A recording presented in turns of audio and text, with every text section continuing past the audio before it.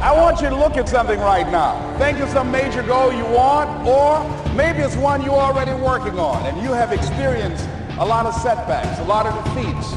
You've experienced a lot of disappointment. Maybe you've already given up. And maybe you just need a little fire, a little encouragement to get back in the game again. Here's what I want you to look at. There are winners, there are losers, and there are people who have not discovered how to win. And all they need is some coaching. All they need is some help and assistance, just a little support. All they need is some insight or different strategy, a plan of action to make some adjustments that will open up the key to a whole new future for them, that will give them access to the unlimited power that they have within themselves. That's all that they need. So what I want you to do is think about something you want for you, that's real for you, that's important for you, that will give your life some special meaning and power. And I don't even want you to say, I can do that. I don't want you to assume that. See, 5 years ago when I started out in this area, I would not have been able to make the mental leap that I would be up to where I am right now. I don't want you to begin to just psych yourself out. No. I want you to be able to say something to yourself that will enable you to maintain a level of integrity with yourself.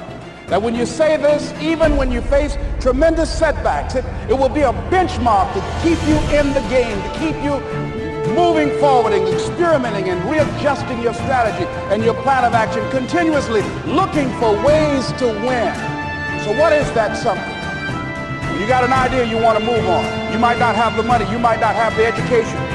You might not have the support or the resources you need. What is that something that can keep us going, that will enable us to act on our dream? What's one of those keys that will begin to help us to discover the secrets to our dream? Here's what I want you to repeat after me, please, with power and conviction. Say, it's possible.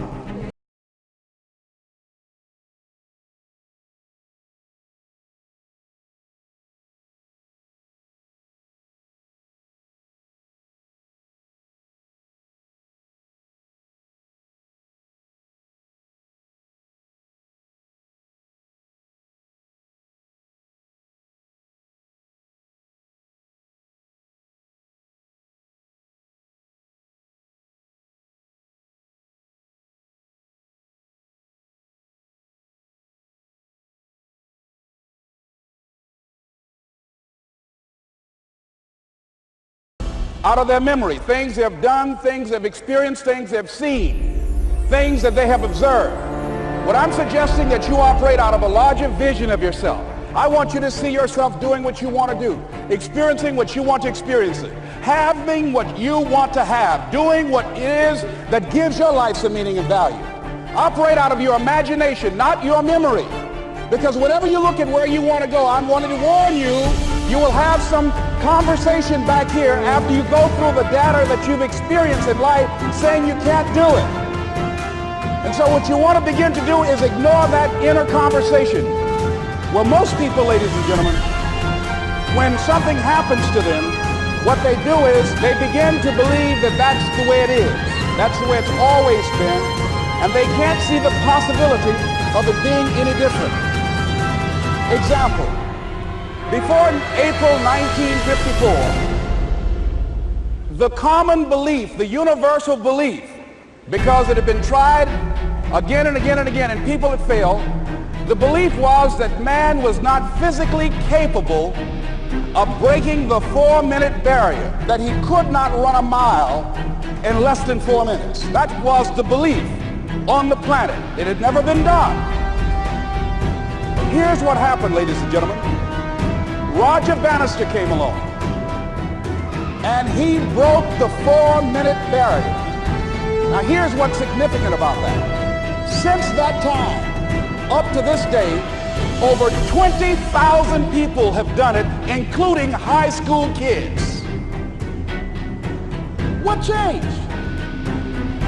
20,000 people, what changed? Here's what happened when they got on the track. They knew it had been done. And because they knew it had been done, there was a new belief about this barrier, about this goal that was unreachable. And those 20,000 people got in the race believing, knowing in their heart that someone had done it, that it's possible that they could do it.